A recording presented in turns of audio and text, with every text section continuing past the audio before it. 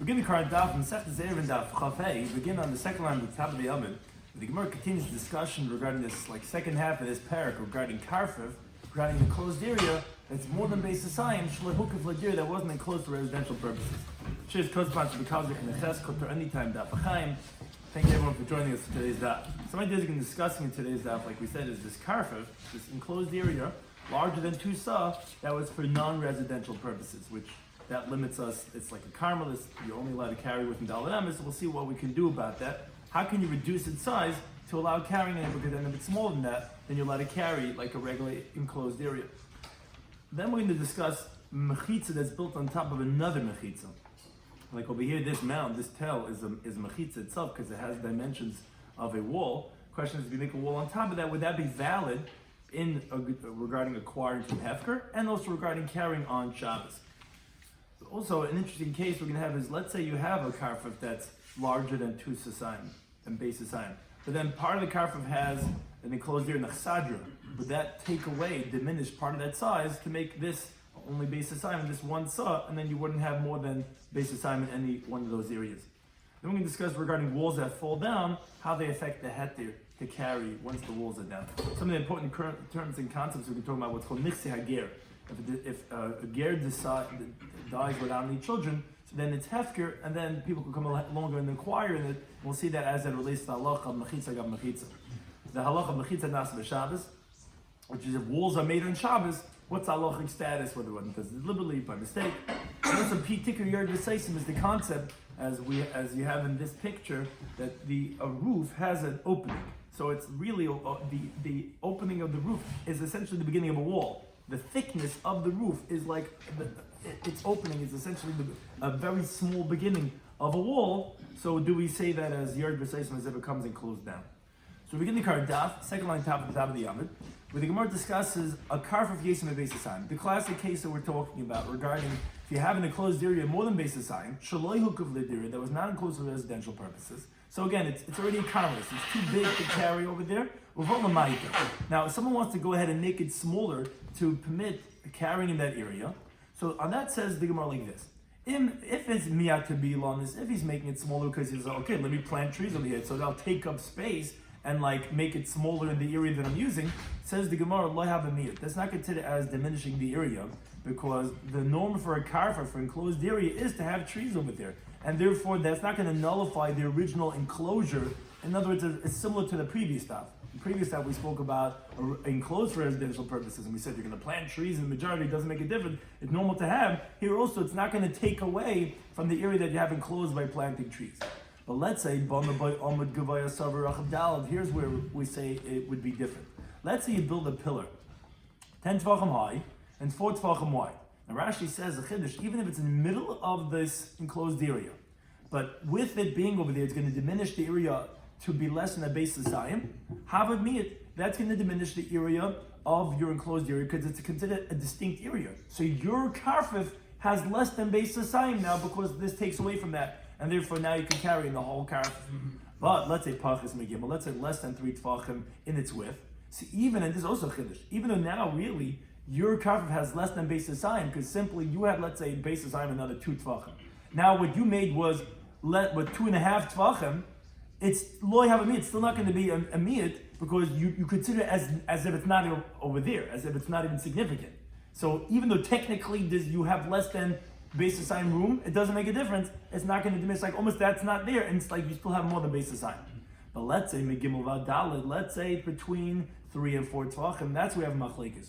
Rabba mahavamiyat. He says, okay, since it's more than 3 tvachim, it's going to diminish the area. And it's going to make it permitted because now your karfif has less than base asayim, which is permitted even shalahuk of ladira. For Rav Amma, he says it says not going to be considered as diminishing the area. What's the reason for that machlekes? So the Gemara explains. Rav Amma he says it's considered diminishing the area, thus permitting it. Because it's once something is more than 3 tfachim, it's considered significant as we find the laws of love. Just like the love, if you want to consider the spokes as if they're connected as one thing, it's only up until 3 tvachim. More than that, you can't say laved. So therefore, that's a significance that the thing's not going to be nullified. So here, where this pillar, which is 10 tvachim high, is already at least a width of 3 tvachim, is going to be considered significant and will take away from that area of your karfif. And now your karfif is less than base asayim, and there it's going to be permitted. Whereas Rav Ami says, it says, no, it's not going to diminish the space. And the reason for that is, keeping it have a mokum dalit, since it's not 4 tefachim. Now, 4 tefachim we also find has its own significance, like by Akira and Anocha on Shabbos. We said it has to be picked up and put down on a place that's 4 tefachim. So they were loy chashim. If it's less than 4 tefachim, in this area between 3 and 4, he says that's not going to be considered significant, and therefore it's not going to diminish the space, and therefore you still have a karfin that's more than Mesa Zion, and therefore you can't carry over more than Dalet Amos. That was one case. Now we have a similar machlekes in a very similar case, but different. It's the same karfaf that's more than Beis Hasayim shlehukuf ladira, but here we're doing something a little bit different. Here chik min hakaisel. You're taking you're trying to change it from non-residential to residential. So there's 2 ways of doing that. One way of doing it is diminishing the space from 2,000 from more than 2,000 to less than 2,000. Here we're going to do a little bit different. Here we're going to build a new fence inside the old fence. So we make a new fence, and that new fence will be for deer purposes. Oh, deer purposes, it can be more than Beis Hasayim.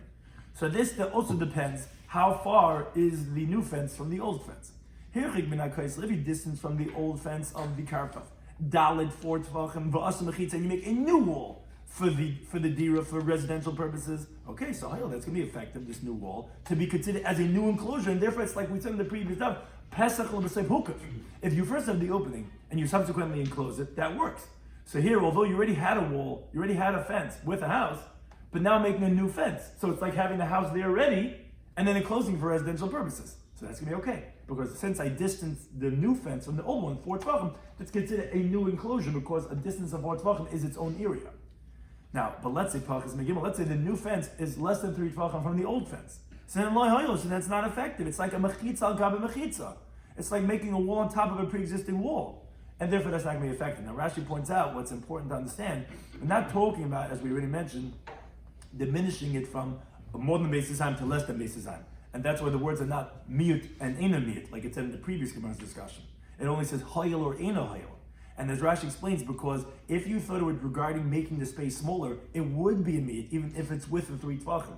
Because as long as even if you're, the Gemara talks about a case of when you're making tach by tit, if you put mud on the wall to remove this, to reduce the size, that would be effective because it would just be making it smaller, as we're going to shortly see. Here we're not talking about that. Here we're talking about pasach b'seif hukif, and therefore even though it's more than Beis Hasayim, it's going to be effective because you made a new wall for dira purposes. So that's why we're using the word hayil, the ena hayil. It's not about making it smaller, because even within 3 tefachim, if you add onto the thickness of the wall, that would go ahead and diminish the space. That would be effective. But here we're talking about making a new wall. A new wall, it can't be so close, because then it's considered a pre-existing mechitza got mechitza, and therefore it's not going to be effective. Now, Megimel V'Abdal, if it's between 3 and 4 tefachim, we have the same machlekes again. Rabbi Amay says, Hoyel, it's going to be effective. And Rabbi Amay says, Einam, it's not going to be effective, as the Gemara explains. Same idea. Rabbi Amay Hoyel says it's going to be effective to go ahead and be a new fence, the Hanofik Limiteris Lovin. It's already beyond 3 tefachim from the old fence. So it's already considered its own distinct area because it's beyond the area of Lovin, of being considered closed and connected.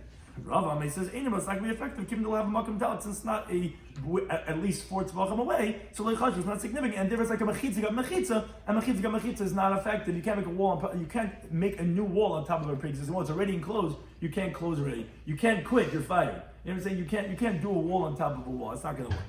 Now, Rav Simi Masni Lakula, Rav Simi actually explains these 2 machlekes that we mentioned, which was really the same principle that they're disagreeing about, just in 2 different applications. One is diminishing the space, and one is making a new wall. He says it leniently regarding these machlekes. He says that actually, when it's at least 3 tefachim, everyone agrees, since it's now more in the category of loved, everyone's going to agree that in the case of the pillar, it's going to diminish the space, and by the mechitza, when it's 3 tefachim away, it's going to be considered a new mechitza for residential purposes, and it's not just adding onto a pre-existing wall. And the machlekes is regarding when it's less than 3 tefachim. That's the machlekes. As some Giersois actually have the words, so I have it on the side of my Gemara, that it says, Arba v'shleisha havimiyat.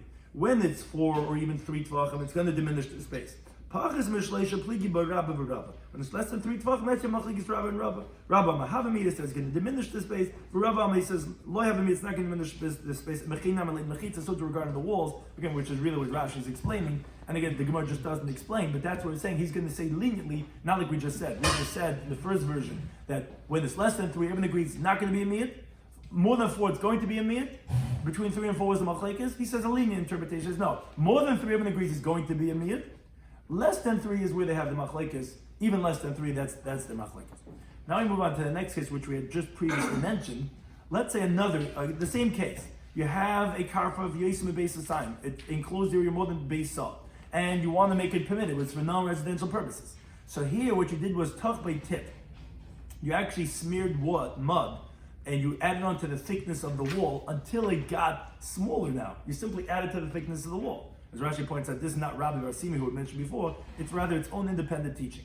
Now, if the mud could stand bifnei atzmai on its own, meaning you made the thickness that even if you took away the previous wall, the new thickness that you added on, that new cement would stand on its own, then have a meat. That's considered diminishing the space. Now, ultimately, the airspace of this karfif is less than beis asayim.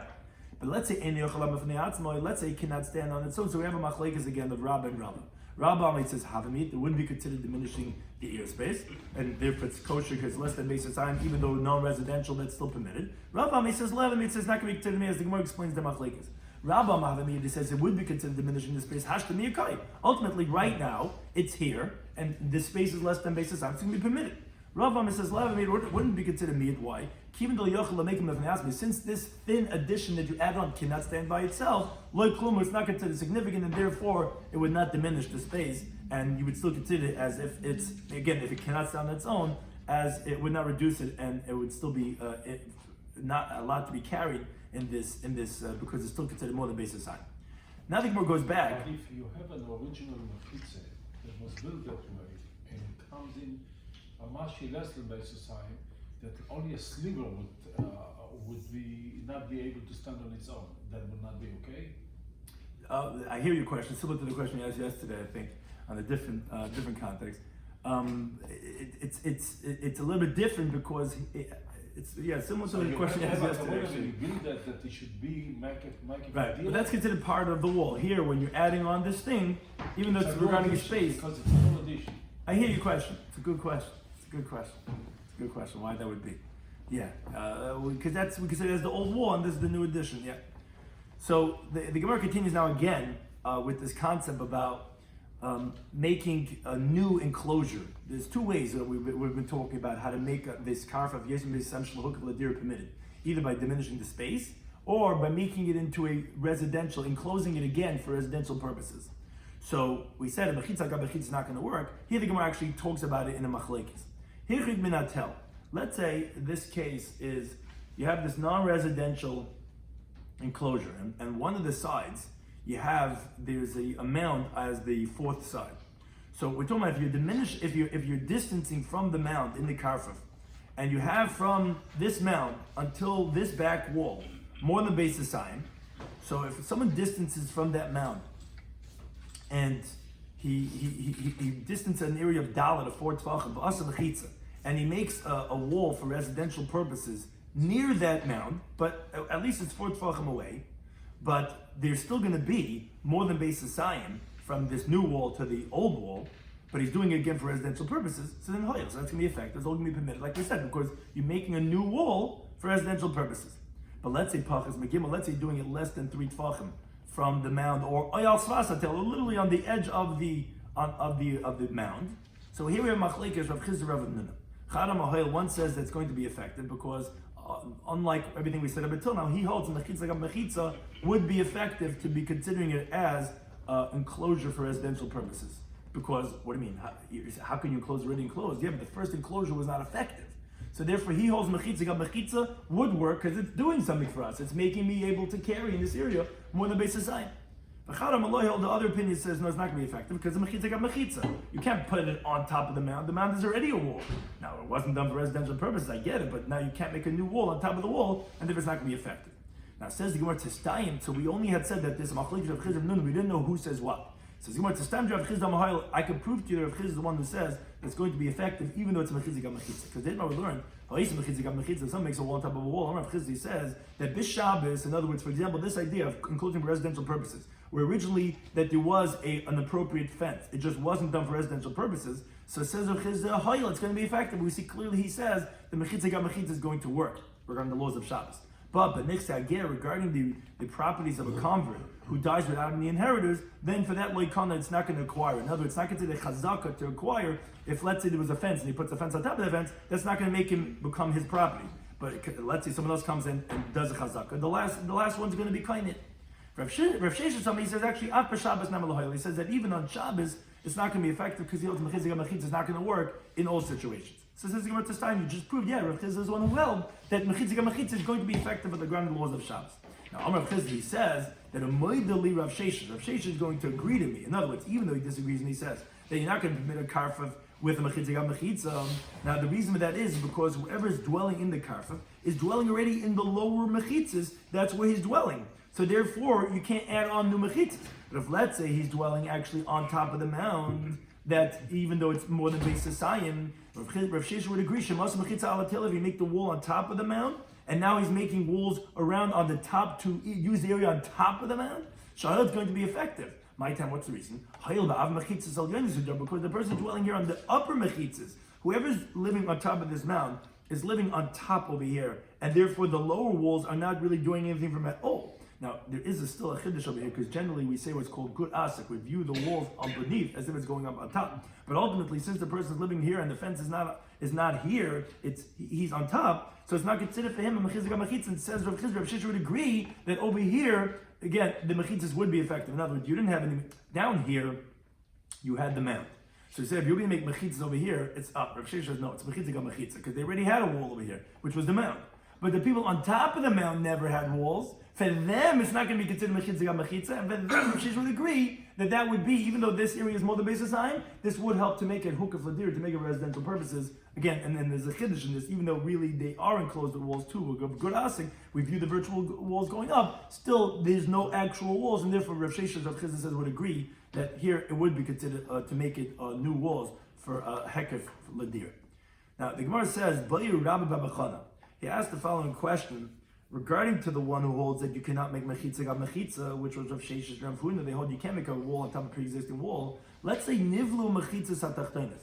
Let's say the lower walls get absorbed into the ground. They get swallowed up into the ground. In other words, it was like muddy quicksand type of a ground, and the wall it doesn't fall down. It actually just sinks into the ground. Now, v'lyonis kayamis. You had made a mechitza. Now, mechitza is not a mechitza. So the upper wall is like nothing. But now the lower wall actually sinks into the ground. Ma wad alocha bi. So the Gemara says, wait, lamai, for what? There was two topics we spoke about in the previous machlokes with Rav Sheshes and Rav Chizda. One was regarding nixi hager, one was regarding the laws of Shabbos. If the question is regarding the properties of a convert, you're asking if, let's say, someone else didn't come along and do a chazaka and take possession yet of his property, before that, and this lower walls that was originally there by the ger's property sunk into the ground.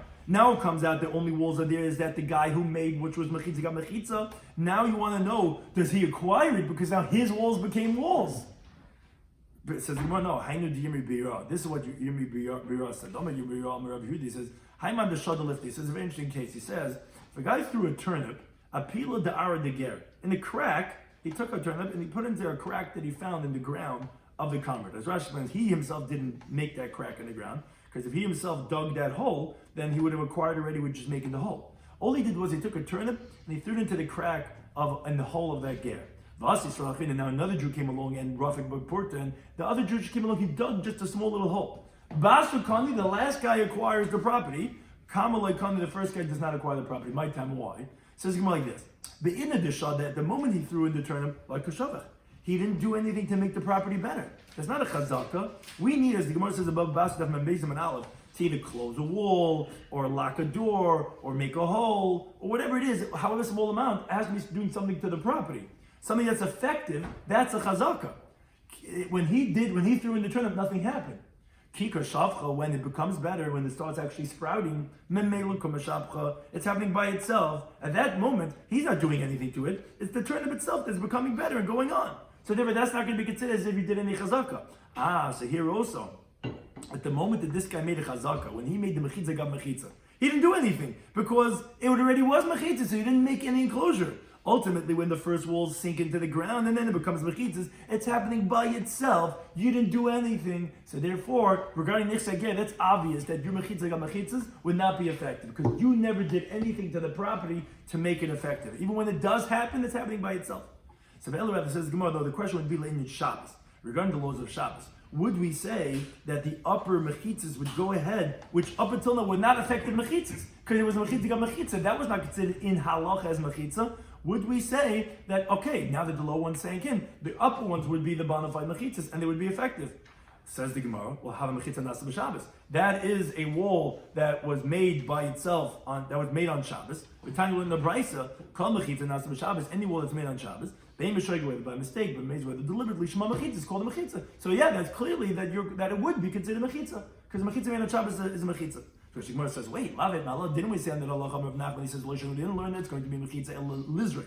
Only when you're throwing from Rishos Rabbim into that area, as a stringency to be chayiv for haitzah. Well, Talmud wasn't, but the carry it's forbidden. It's not considered mechitza.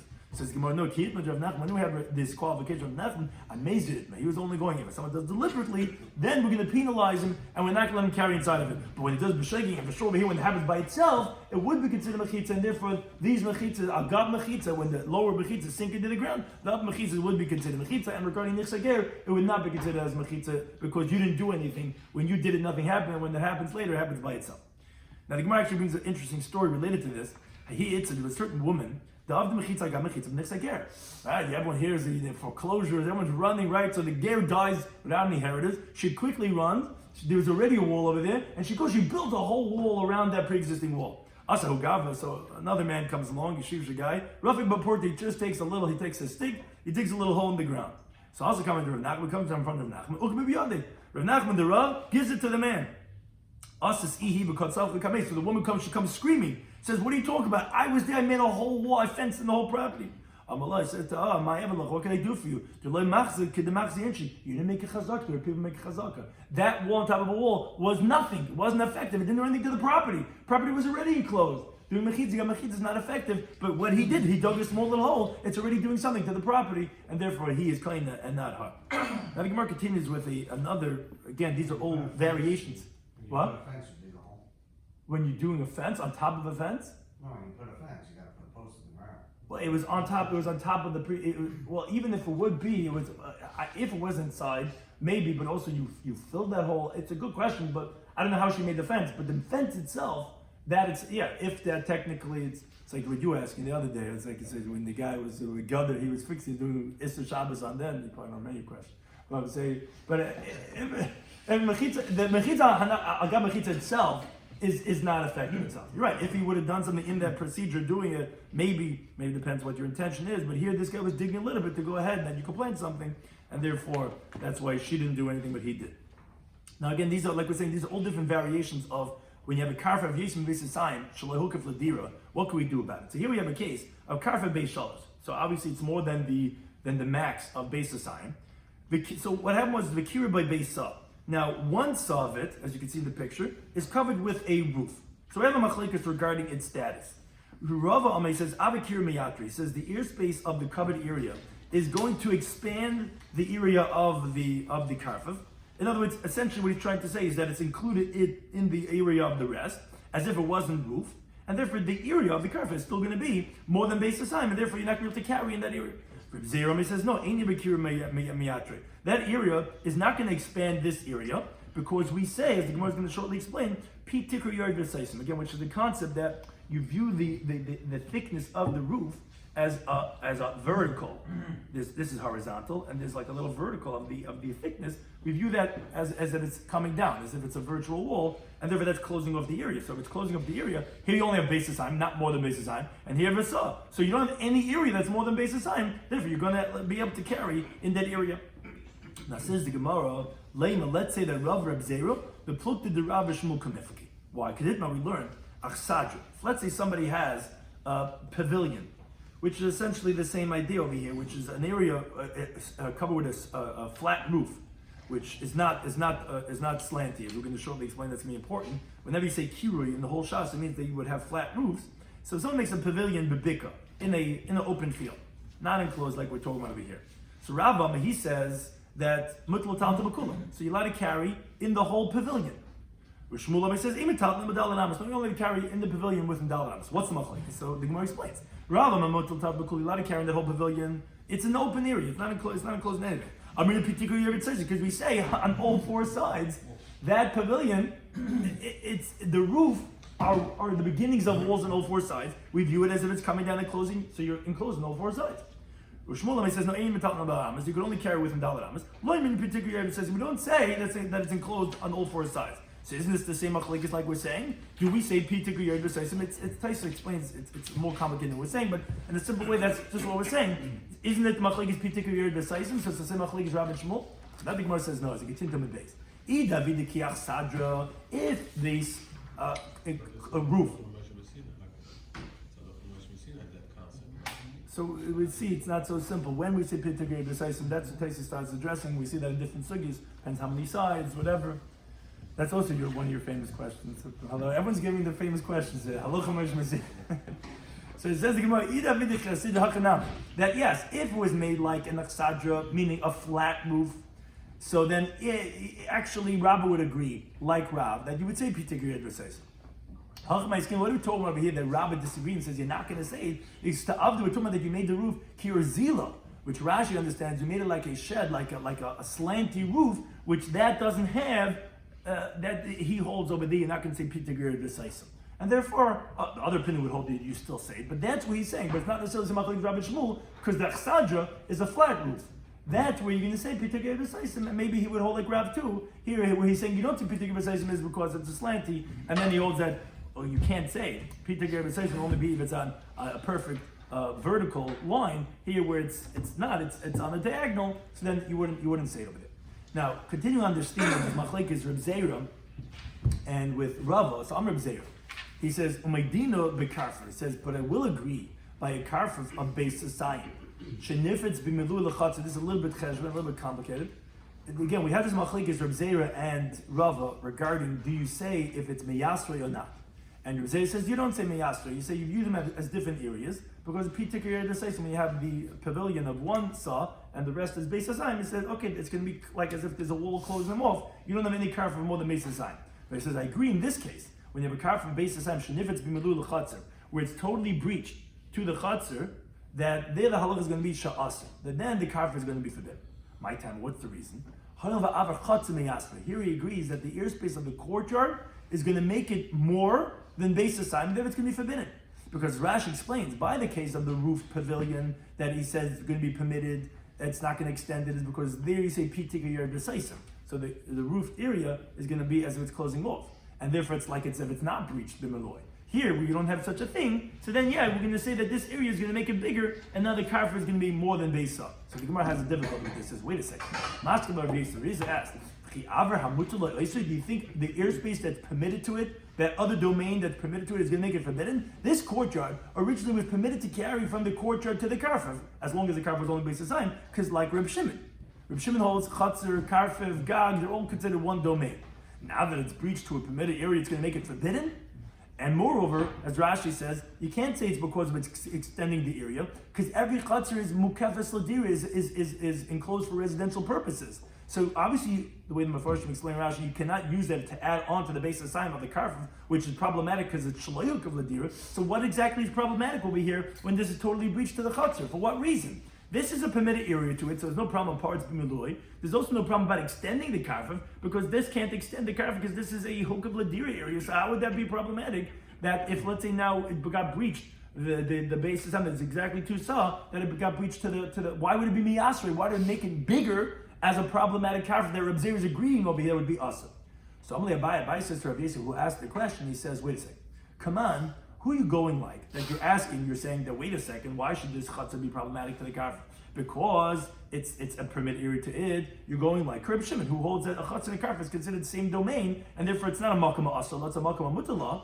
Says Abai Reb Shimon Nami. No, even according to Reb Shimon, the karfer is going to be asal. You know why? You're right, the chatzah itself is not adding on to the karfer. You have the ear space of where the walls used to be. Those walls suddenly fell down, now it's parrots, it got breached. That's adding on to the ear space, is making it to be more than Beis Hasayim, because actually originally it was exactly 2 Beis Hah. When the walls came down, the place of the walls is extending now the ear space of the karfaf, as Abaye proves. Because as the Amar Rav Chizda said a similar teaching. He says if you have a karfaf that's smaller, an enclosed area for non-residential purposes, they got breached in its totality to a chatzah. So that then the halach is going to be chatzah materis, the chatzah is going to be permitted, but karfaf asa, the karfaf is going to be forbidden. Now chatzah is my timer. What's the reason why the chatzah is going to be permitted? So the reason is you're going to say because the islay gifufi, because the chatzah has boards on either side, and if not, so then what are you going to tell me? This is a cheshbon. The Gemara is saying, entertaining this idea. What are you going to tell me? Oh, because these have gifufin, and if not, then you're saying that they would make it forbidden one on the other because they're going like Rabbanan who disagree with Rabbi Shimon. And we're talking about where the breach is not more than 10 amas. The problem with that is that v'hazimnin, but sometimes the mishkach is le'ipcha, you could say exactly the opposite. In other words, why are you telling me, Rav Chizda, your halacha, that the chaz is going to be permitted and the karva is going to be aser, if the reason is because you're going like the Rabbanan, that this is parts b'milui and this has gifufi, because although they're forbidden areas, this will be permitted because this has something like blocking it, and this has nothing blocking it. But why would you say the karf of asa chatz mutes? You could say the exactly the same opposite. You could say this type of a case. You could say where the karf is big and the chatz is smaller, and the karf has gifufi, and then the karf should be permitted and the chatz should be asa. Why pick that way, that dimension? Ella, rather, obviously, that it's different. The reason why we're saying the isser by the karf is because we wanted to tell you, like Reb Shimon, that actually because they're two different domains, that's not going to make it asur. Why would the reason be asur? Simply because of the expansion of the base of Zion. Because now you have the place where the walls used to be that's adding on. Because by a chatzah it's not going to be asur because the chatzah is hukuf ladira. Even if you add it on to the dimension, meaning when the walls come down, okay, so whose wall is it? Is the karfaf's wall? Is the chatzah's wall? It doesn't make a difference. Even if you're adding on to the space of the chatzah, since it's enclosed to residential purpose, it's not going to be a problem.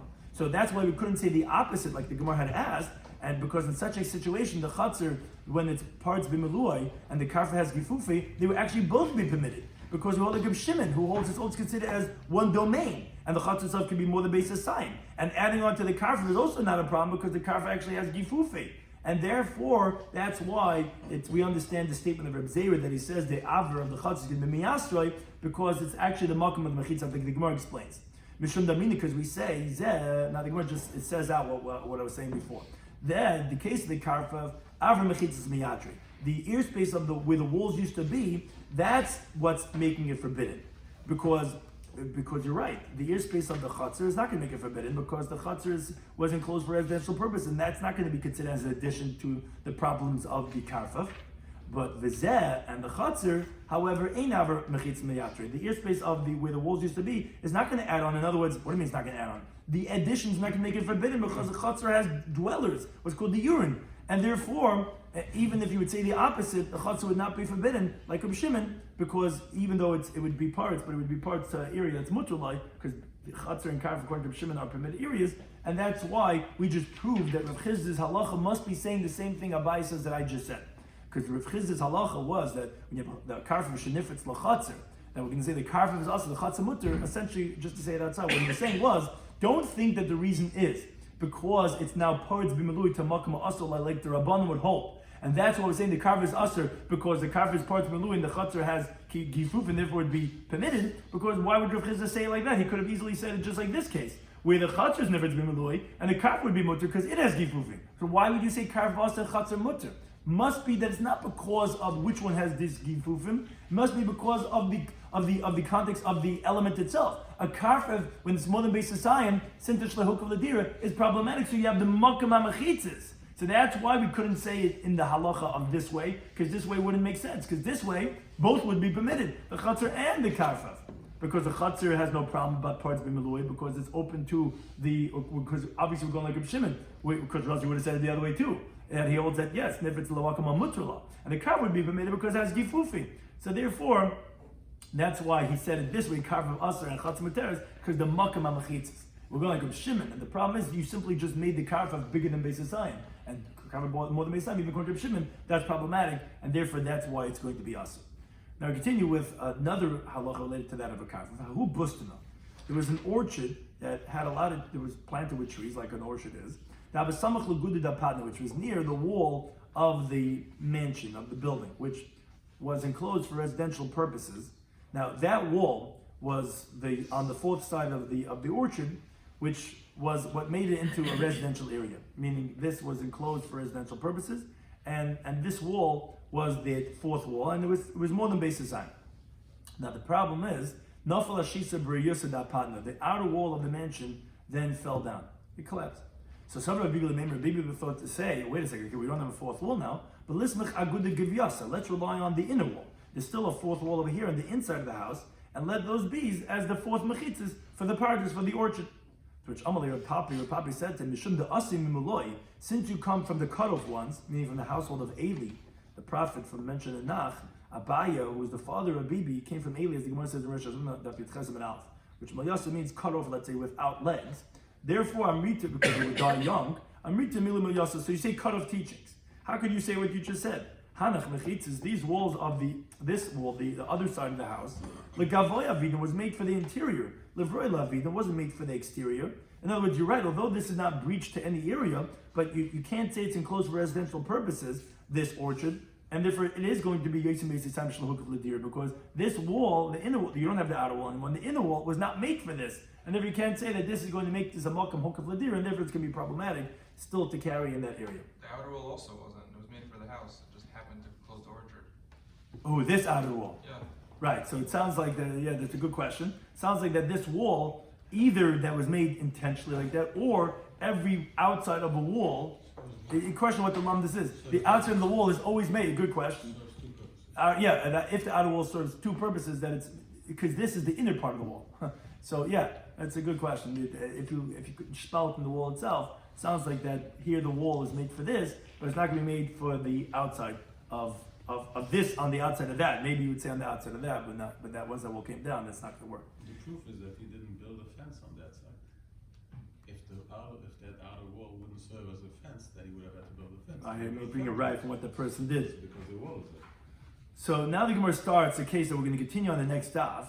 Hahi Abvarnika. Now there's two different interpretations Rashi brings over here at great length. We're going to go with the second interpretation in case you're looking on with the second Daf Chaim Mahalach. I'm looking on with Rashi. It's actually on Chavav Vaman Alf, where it starts like in the middle of the medium-sized lines, where that's the interpretation we're going with. Rashi, how he explains this. Hahi Abvarnika.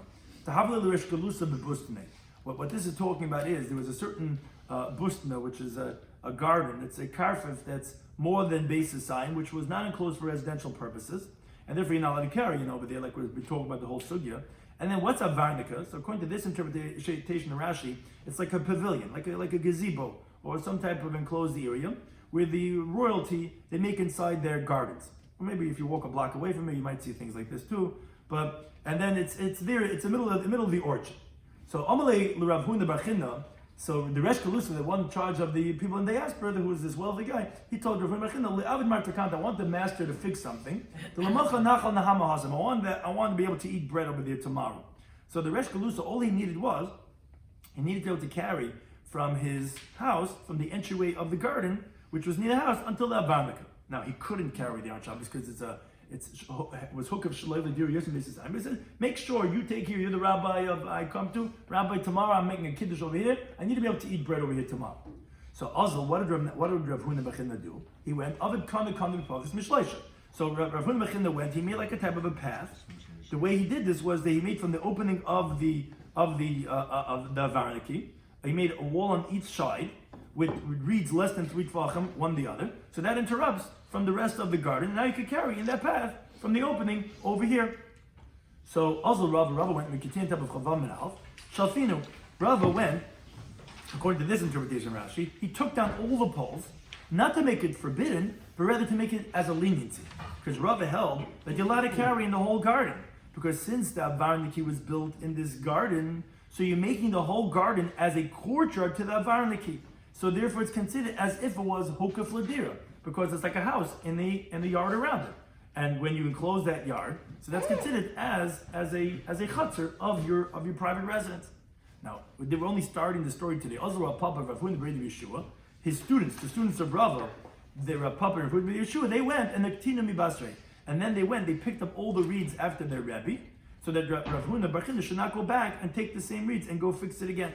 Now at that moment, they did not recall that what Rava, their teacher, was doing was not appropriate, and they didn't realize. So therefore, they went and assisted their Rebbe, and they went and picked up those sticks to take it away, that it shouldn't be used because you don't need the sticks. What do you need it for? The sticks are not necessary because this is considered like a chutzner of this avarniki. The avarniki is your residence. We'll see on the next daf that's not necessarily the case, but because it was hukah b'sei pasach, so therefore they did it. And Rava, with the help of the Talmidim, removed the sticks, because the entire karfur was transformed into a chutzner of the small area. Therefore, it's mutter to carry throughout the entire karfur without doing that. Therefore, they took it away. But as we'll see in the next daf, they realized that they made a mistake.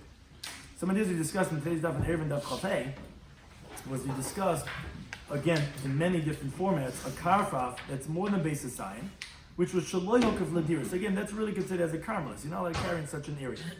Now, what's if, let's say, you want to make it smaller? So if you did it with trees, so that's not going to be considered diminishing, because trees is normal way of having it in a karfaf, in a garden or whatever, so it's not taking away. Let's say you made a pillar that's 10 tefachim high. Now, it depends. If it's 4 tefachim wide, so that's considered distinct area, that's going to diminishing it. If it's less than 3 tefachim, so that's not going to diminish it. Well, let's say it's between 3 and 4 tefachim, so that's a machlekes, because on the one hand, it's not loving anymore. On the other hand, it's not a makom chashav, which is only 4 tefachim, so therefore that's where we have machlekes. A similar type of a case that they had machlekes was, let's say you're distancing, this is trying to function something else. This is not diminishing the area, this is just what's called making it a hekef ladiri. You're trying to make a new enclosure to make it for residential purposes. So if you distance from the old wall, an area of 4 tefachim, and you made a new wall, so that's going to be effective because it's considered a distinct area. If it's less than 3 tefachim away, that's not going to be effective. If it's between 3 and 4 tefachim, again, it's machlekes for the same reasons. Do we consider that as separate or as the same? Now then there was those who wanted to say as a lenient interpretation, actually machlekes was less than 3 tefachim, actually more than 3 tefachim, everyone helped since it's not lovin, it would be considered being mamayit or in the mechitza. The machlekes only if it's less than 3 tefachim. Then we said a case of, let's say if you're tucked by tit, let's say you put cement, you thicken the wall to make it smaller. So if it could stand on its own, so then it's going to be a mir. We have machlekes of, let's say it cannot stand on its own, would that extra layer of the wall be diminishing the space or not? On the one hand, now it's there, so therefore it should diminish. On the other hand, no, it cannot stand on its own, so therefore it's not going to be able to diminish the space of the karfur.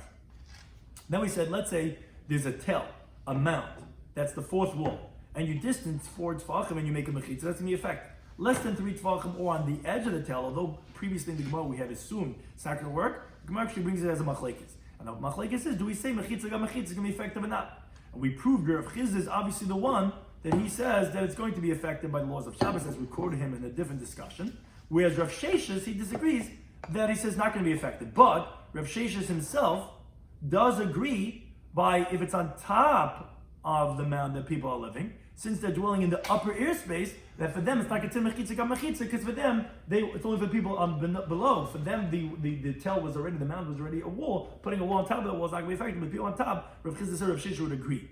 Now, but Rav Chizda himself holds it's not going to be affected by Nichse Hager, and we actually brought such a story with a woman and the man who came afterwards, because over there, you have to do a chazak, you have to do something effective in the ground, and mechitza, even if it's going to collapse later on, it's not going to, like the Gemara said, nivlu mechitza tachtainis, and then the Elyon is going to be kayemis, but Nichse Hager is not affected because it didn't even do anything, it happened by itself, like the guy who threw the turnip into the ground, that he didn't make the hole, he didn't do anything, when it happens, it's the turnip happening by itself. And therefore, since it was what's called Nasa Mamela, it's not going to be effective. Regarding Shabbos, actually will be effective, because although it's what's called Mechitza Nasa B'Shabbos, and although we say, oh, that doesn't let you carry, that was only when you do deliberately that Rav Nachman said going to penalize you. But when you did it b'shegeg, when it happens by itself, Mechitza Nasa B'Shabbos can be considered Mechitza not just to be Chai for Lizrei, but even to be able to carry over there. So when Nichse Hager is not going to be effective for Shabbos, it is going to be effective. Then we spoke of a case of a karfur that's 3 saw. But then you went and you roofed off one area of a saw.